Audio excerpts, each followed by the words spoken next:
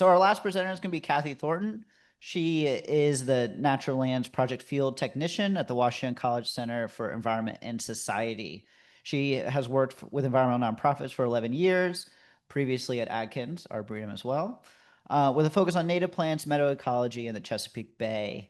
Her current efforts with the Natural Lands Project are focused on installation and management of early successional habitat on private and public lands and on the River and Field campus. She holds a post-baccalaureate certificate in herbal studies from Maryland University of Integrative Health and is pursuing her master's in biology from Miami University. So Kathy will be presenting on managing early successional habitats to support declining grassland wildlife species.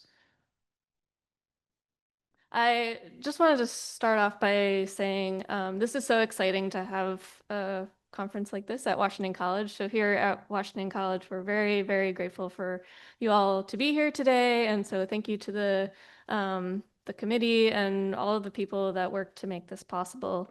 I'm a proud alum of the college, and so it's extra special to me to be here today talking to you all.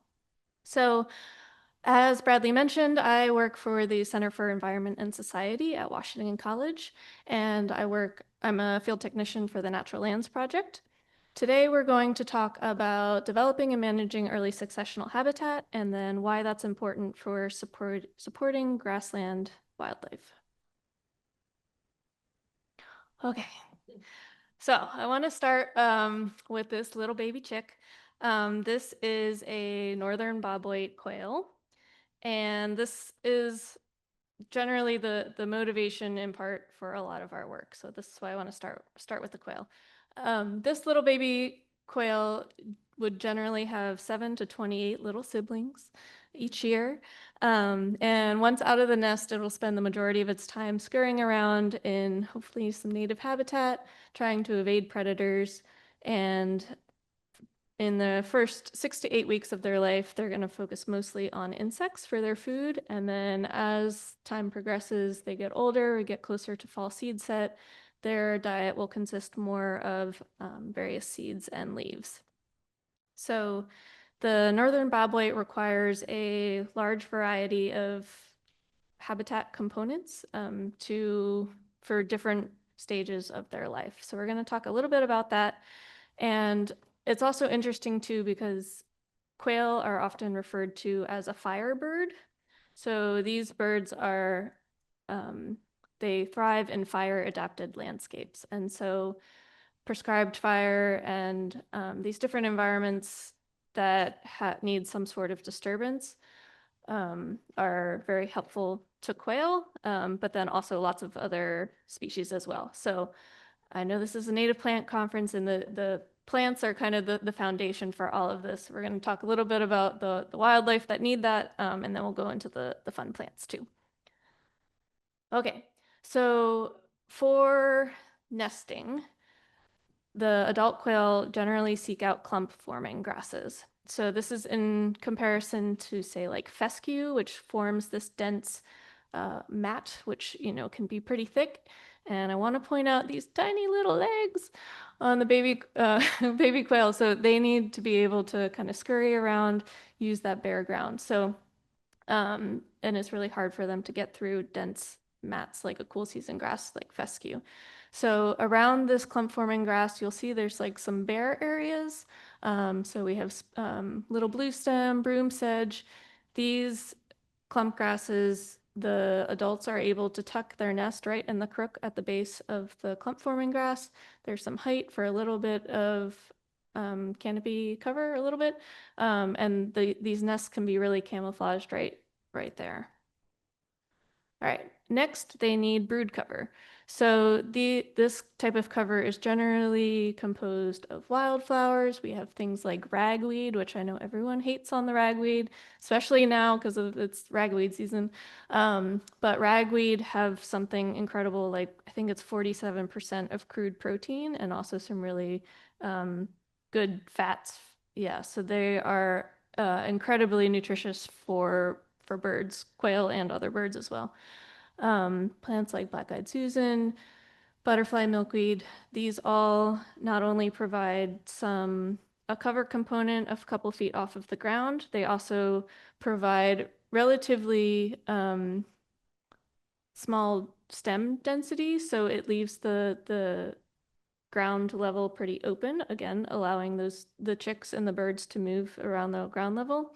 And they're also supporting, they're not only producing seeds for birds in the fall and winter, but they're also supporting insect populations, which then are feeding birds as well. And lastly, we have winter cover. So this is generally in the form of hedgerows or shrub islands, plants like eastern red cedar, various blackberries and brambles, and even plants like beach plum or various prunus species. These all either provide some sort of evergreen cover, like the eastern red cedar, or they provide some sort of scaffolding that then the brambles and the grasses can get into, and it creates this really kind of dense area that the birds can either dive bomb into if they're being chased by a hawk, or they also provide some thermal refuge during the winter. So in these landscapes, if we have it's relatively rare to have snow on the eastern shore, but it does happen. And so if there's a period of several weeks of snow, there's really not much for birds to be able to forage. Everything's covered in the snow and they're brown and they show up pretty starkly against the snow, right? So being able to kind of hide into these scrubby habitats, and it allows them to move, so they're also considered habitat corridors, is an important element of their general survival. So this is what it looks like on a slightly larger scale. Quail need a habitat mosaic to survive. And so we're just kind of taking those previous slides and putting it out on a landscape scale here. So we've got some clump-forming grasses, fledglings that can forage around in various wildflowers and bare soil areas. And then we also have, this is kind of hard to see, this is a planted hedgerow, so it's not quite there yet, but you can see where that eventually would provide a lot of cover just running through the center of the field. So the question was, what are we planting in the hedgerows? It's generally a variety of native trees and shrubs. So eastern red cedar, bayberry does really well.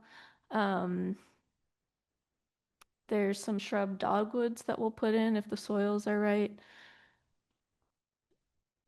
Those are kind of the main ones. I mentioned beach plum earlier, which we've planted, but we've planted it in an area with really sandy soils, and it's taken like 7 years to grow like this tall. So that's, in a decade or two, that's going to be like an awesome thicket, but for now, but the bayberries tend to do really well, and the cedars as well.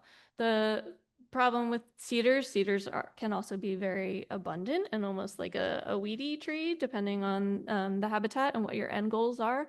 So we have spent some time with our fellow students, yay, Washington College students, transplanting cedars from areas that are either going to be mowed or burned, and then transplanting them into a shrub island or a hedgerow where they're going to provide that cover.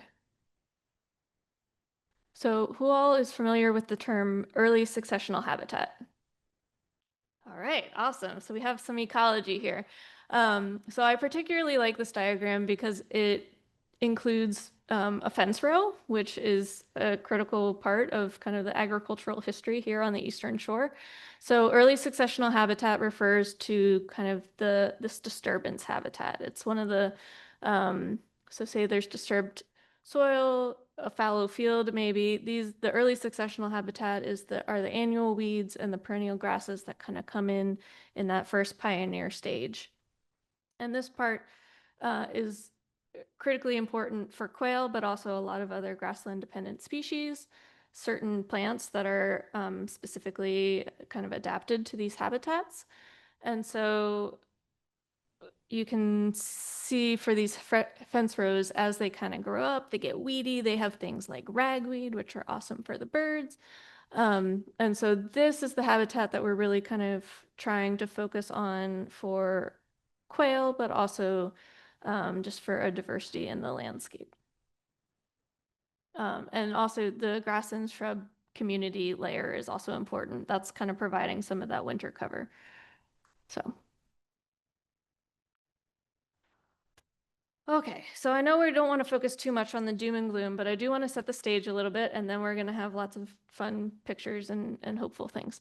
So the Maryland Breeding Bird Survey started tracking quail in 1966, and as you can see, while the population is significantly higher, maybe, than it is now, I believe it's like a 90% drop since the 1966.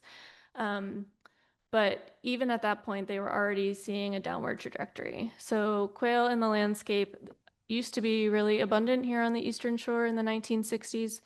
But this generally links up with habitat loss, habitat fragmentation. As agricultural technology improves, field size gets bigger.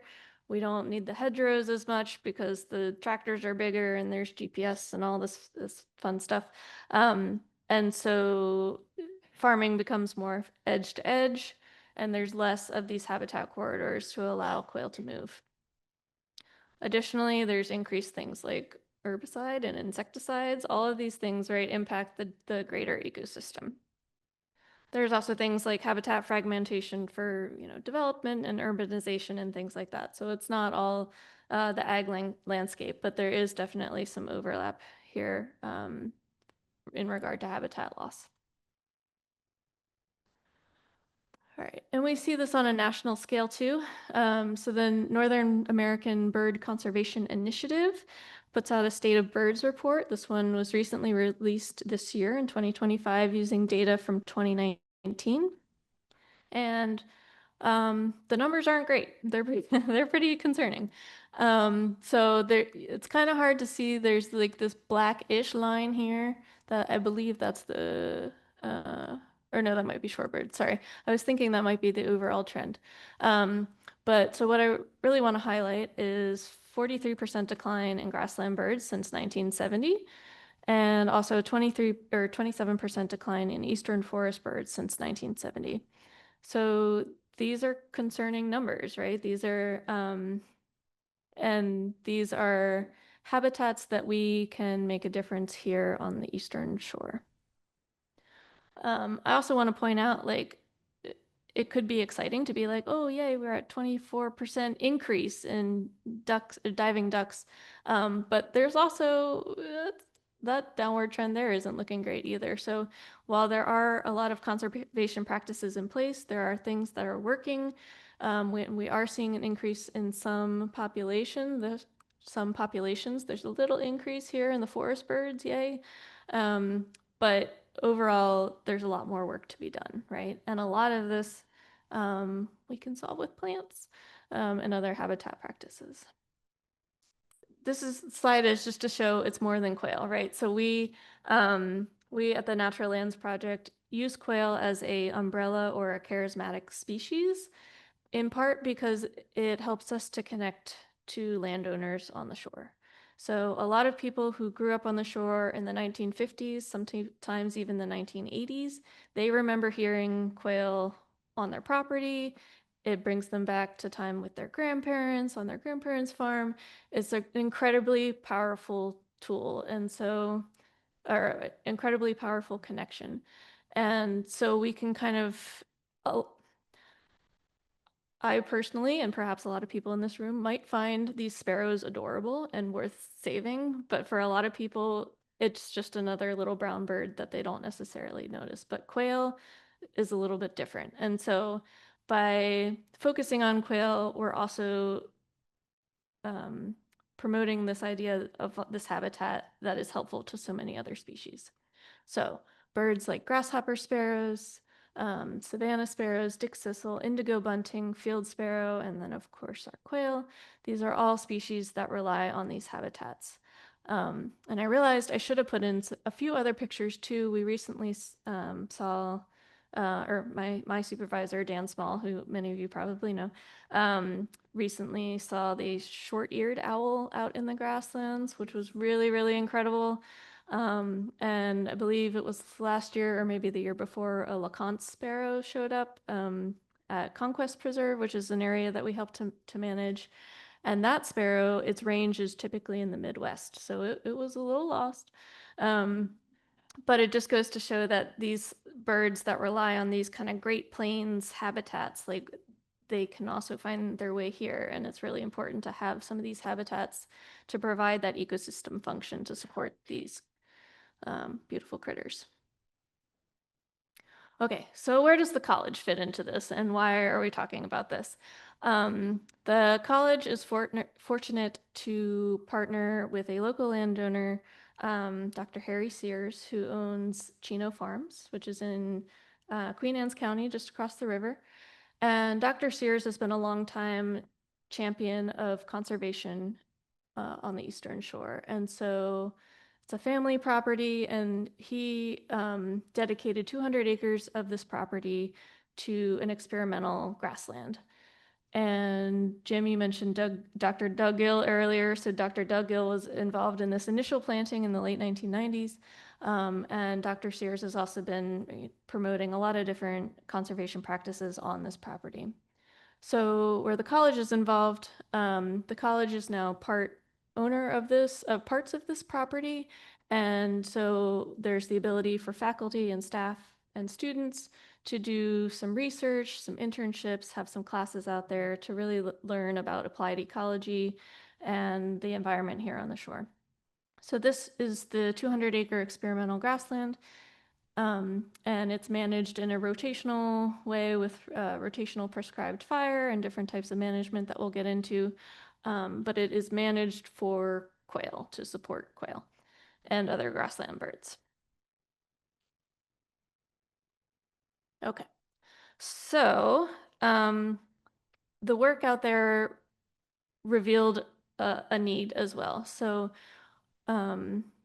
we were hosting a lot of groups of people who were interested in seeing this type of grassland. And I'll say too, it's not often that you'll see 200 acres of grassland in Maryland. It seems pretty small in comparison to some of the acreage you might see out in the Great Plains in the Midwest, but 200 acres of grassland here is pretty unique.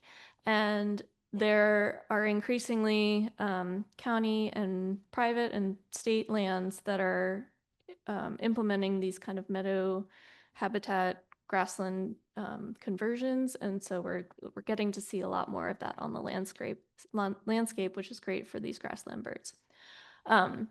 But so we were hosting a lot of groups out at RAFC, River and Field Campus, and teaching people about the importance of grasslands, but then it kind of stopped there. We didn't have the ability or the resources to then help people take it into the landscape, into their own land.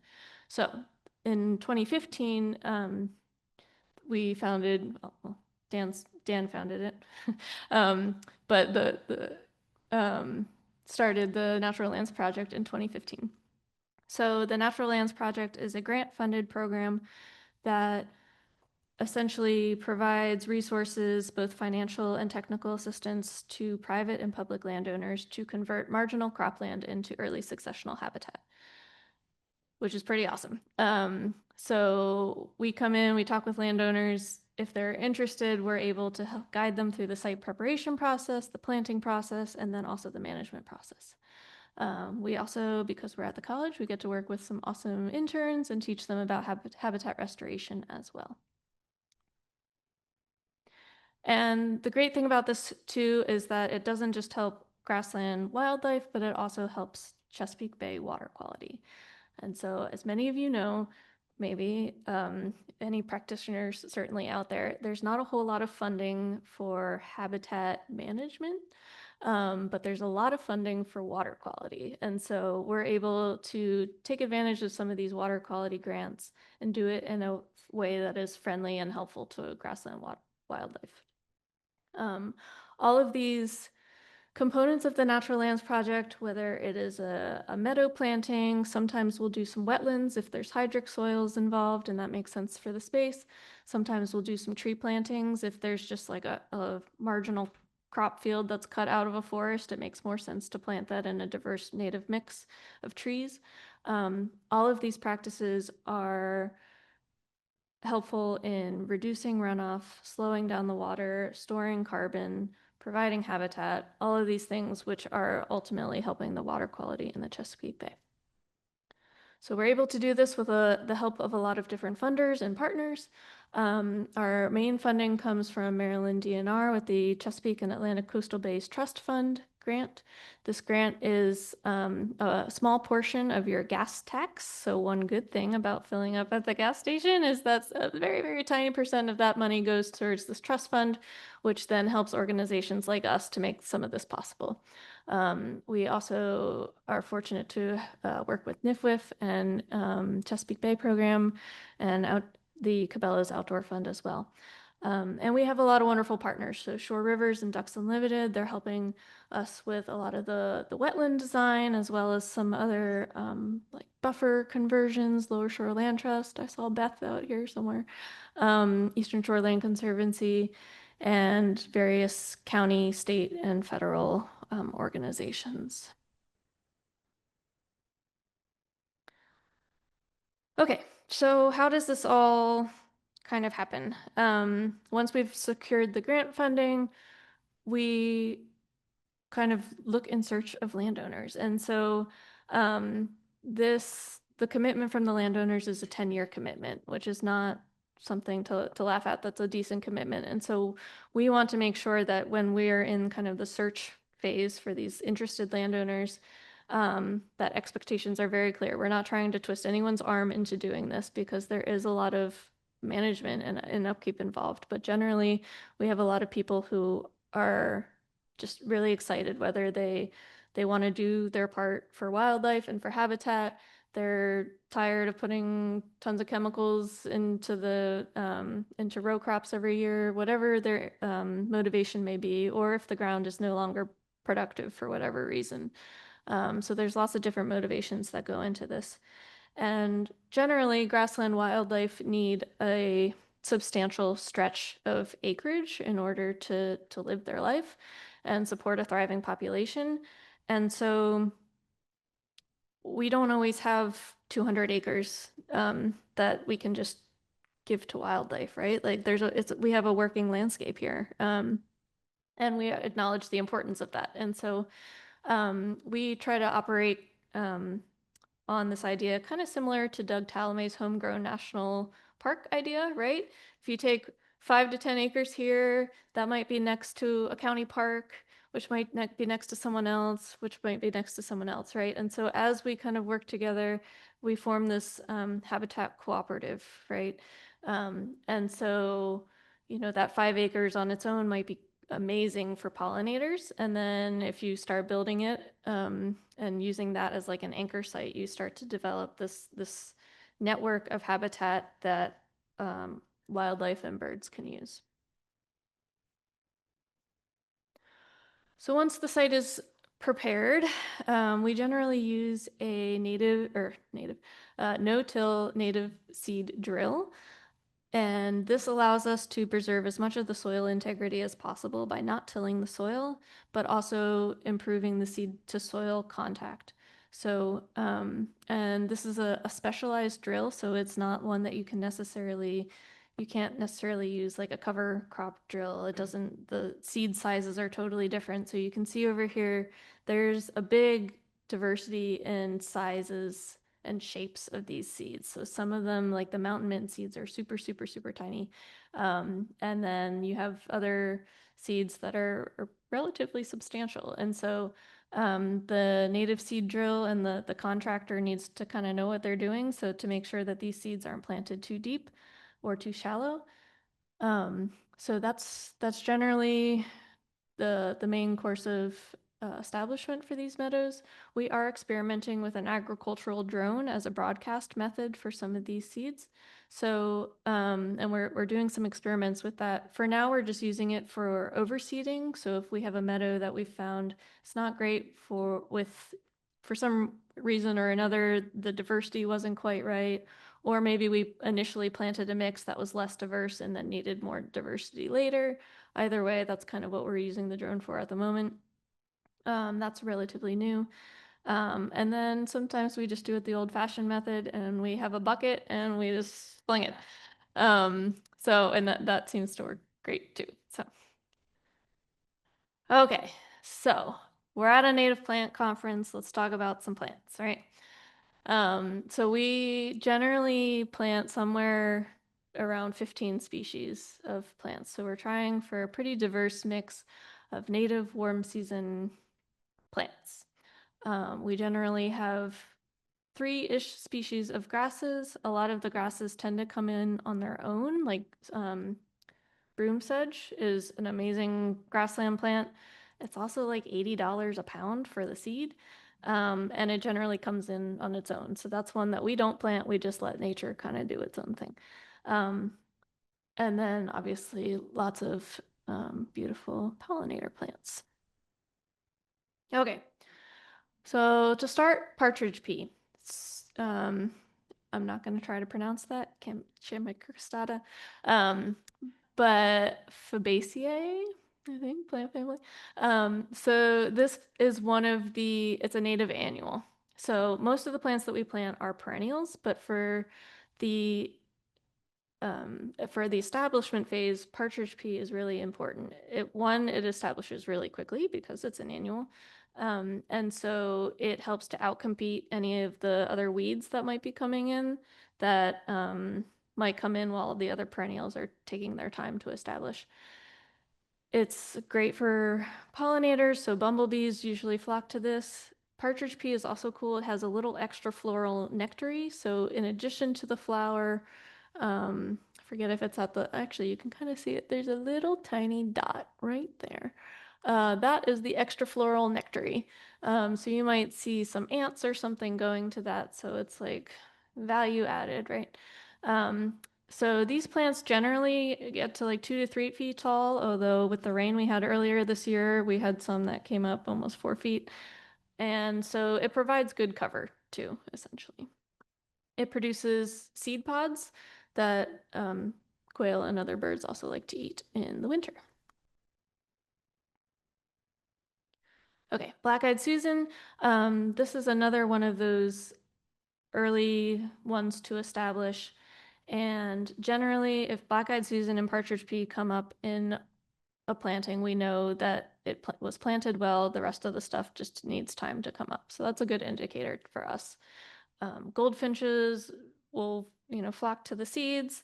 It's also Rudbeckia. I think it supports somewhere like 30 specialist bees for their pollen or something. So they're really beneficial, and the deer tend to not eat them too much because of their bristly leaves. Wild bergamot, one of my favorites. This one usually takes a year or two to like really come into its own, but again, another great pollinator plant, very aromatic. And the stems are also hollow, and so in the winter they provide that habitat for any overwintering bees or insects that might need those stems. It's in the mint family, and so it tends to establish pretty well and kind of just create these nice clusters of beautiful purple flowers. Showy tick trefoil, Desmodium canadense. I believe this one is historic in Maryland, but it produces these great seed pods, much more than 2, like the Desmodium one that Jim mentioned. And so not only a great pollinator plant, but also, again, providing that seed source for birds. And so is anyone familiar with permaculture? A little bit. So there's an idea in permaculture that in order to introduce a plant to a landscape, it should have multiple functions. So this is kind of the same idea. We want these plants to be kind of earning their keep on the landscape, right? We want them to be native. We want them to be some sort of larval host plant, maybe provide seeds for birds and other overwintering animals, pollen sources, shelter and structure in the landscape. So all of these things are kind of things that we're thinking about when doing plant selection. Foxglove beard tongue, not actually a foxglove, but it looks like one, so that's why they call it that. Again, this one is one of the first ones to bloom in May, and so it's a great earlier season nectar source for a lot of pollinators, and then will produce these great spires of dark round seeds that the birds can rely on. It also has semi-evergreen foliage, which is kind of nice, and so that helps to break up the monotony of like a lot of dormancy in the winter. Okay, New England aster. This one is a deer favorite, of course. But what we found is that the deer will browse on these when they're young and then they eventually move on. And the browsing kind of forms this branching habit, which is kind of nice. You get a few more flowers, so it seems to work out okay.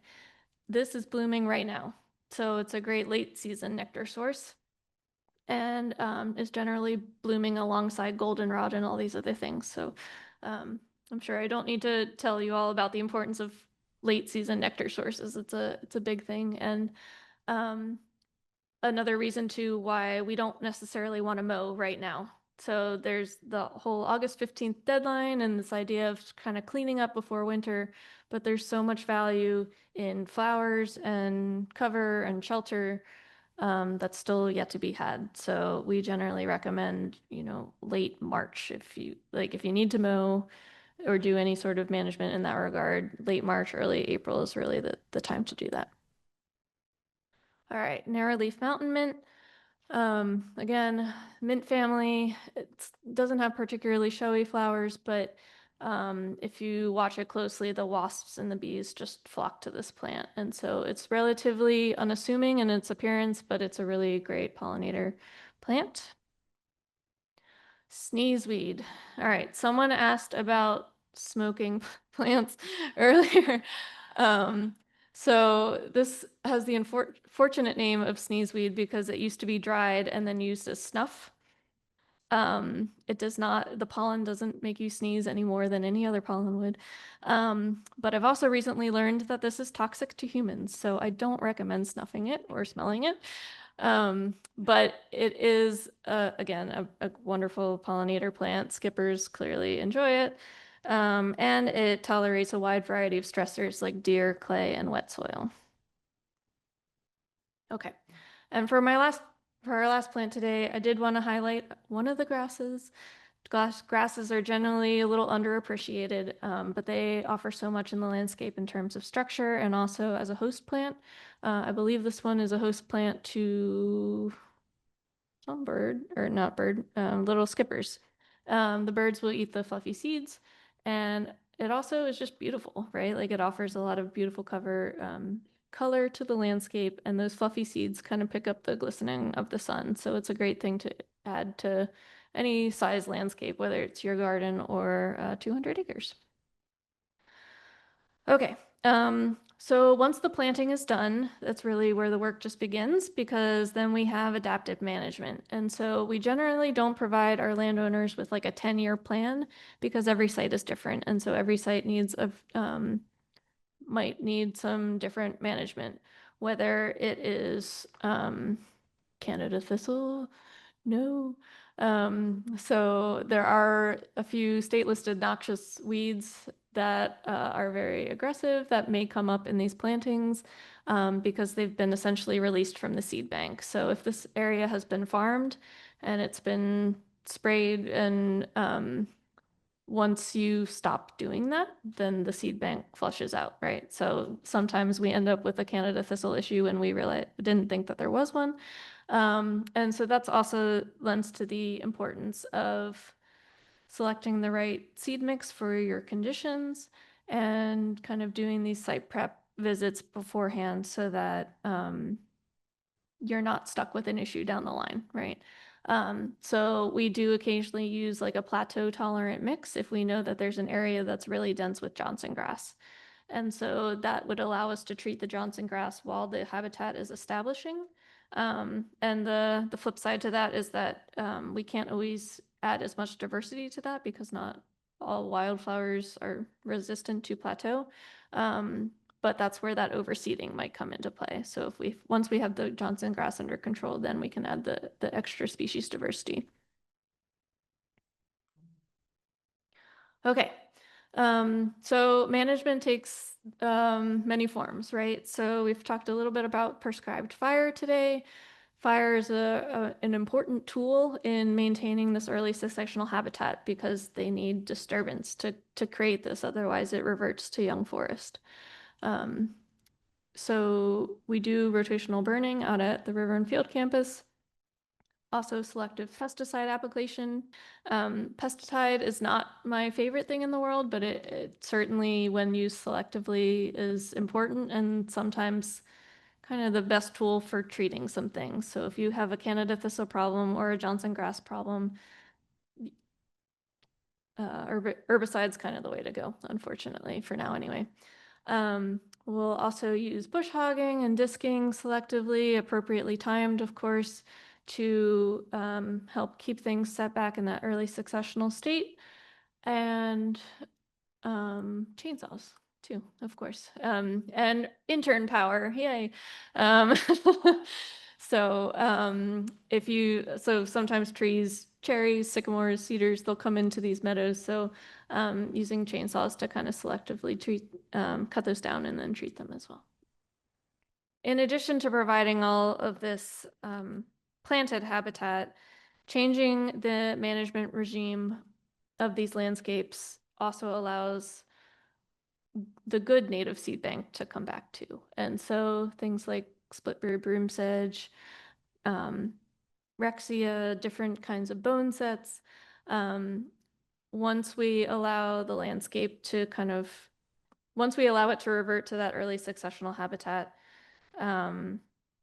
we're allowing these native species to emerge from the seed bank after they've been farmed for such a long time. And so there's a lot of momentum right now with a lot of different organizations, DNR, Tall Timbers, Eastern Shore Land Conservancy, University of Maryland Extension, Quail Forever, Forest Service, NRCS. I'm sure there are other ones as well. There's a lot of momentum making great strides in conservation for both quail, grassland habitat, and getting prescribed fire on the landscape. And so all of these are exciting tools that we can use to help improve these populations of grassland birds, pollinators, and super cool native plants. So with that, I will wrap up and say that if you plant it, a lot of amazing native critters will come, and sometimes a lot of amazing native plants will also come. So thank you. What herbicides do you use? It depends on what we're trying to control. So plateau, we generally recommend for Johnson grass because it translocates to the roots better. You can use Roundup, but that'll just burn the aerial portion of the plant and then the rhizomes will just flush right back. So, a Mazapic, I think, is the active ingredient in plateau. We generally will use Garlon 3A for the woody broadleaves. And I'm trying to remember, yeah, triclopyr, thank you. So those are kind of, oh, and then transline. I do not know the active ingredient for transline. Yeah, so for which wisteria? Okay, so we use transline for Canada thistle and mugwort. Mugwort is really becoming the bane of our existence recently. So if you have mugwort, get rid of it now, please. At one point we thought it might be a good brood cover because it gets kind of tall and like has pretty like not dense stems, but it's not great. So yeah, those are kind of the main ones that we use. Yep. Any other questions? Yes. On Eastern Shore is really big on hunting and stuff. I'm kind of curious, how much of the corn here is grown to like human consumption and how much is grown to be used to attract wildlife, birds for hunting? Mhm. And if you target those areas, the guys who grow corn, so that you can convert it to more ecological areas Yeah, growth. yeah. Thanks. Sure. Good question. So I don't know the numbers off the top of my head, but I would say probably 99% is for chicken feed of the corn that's grown. And so at least in terms of the big agricultural row crops, right? Some of that you might see as they're harvesting, they'll leave sections of it. I think usually that's for dove hunting. I could be wrong, but so it does provide a little bit of food and cover.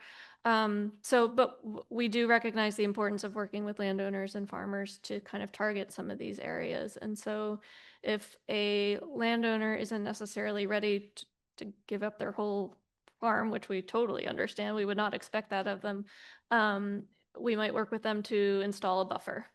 And maybe instead of a 35-foot buffer, we might recommend a 100-foot buffer if they're able to do that financially.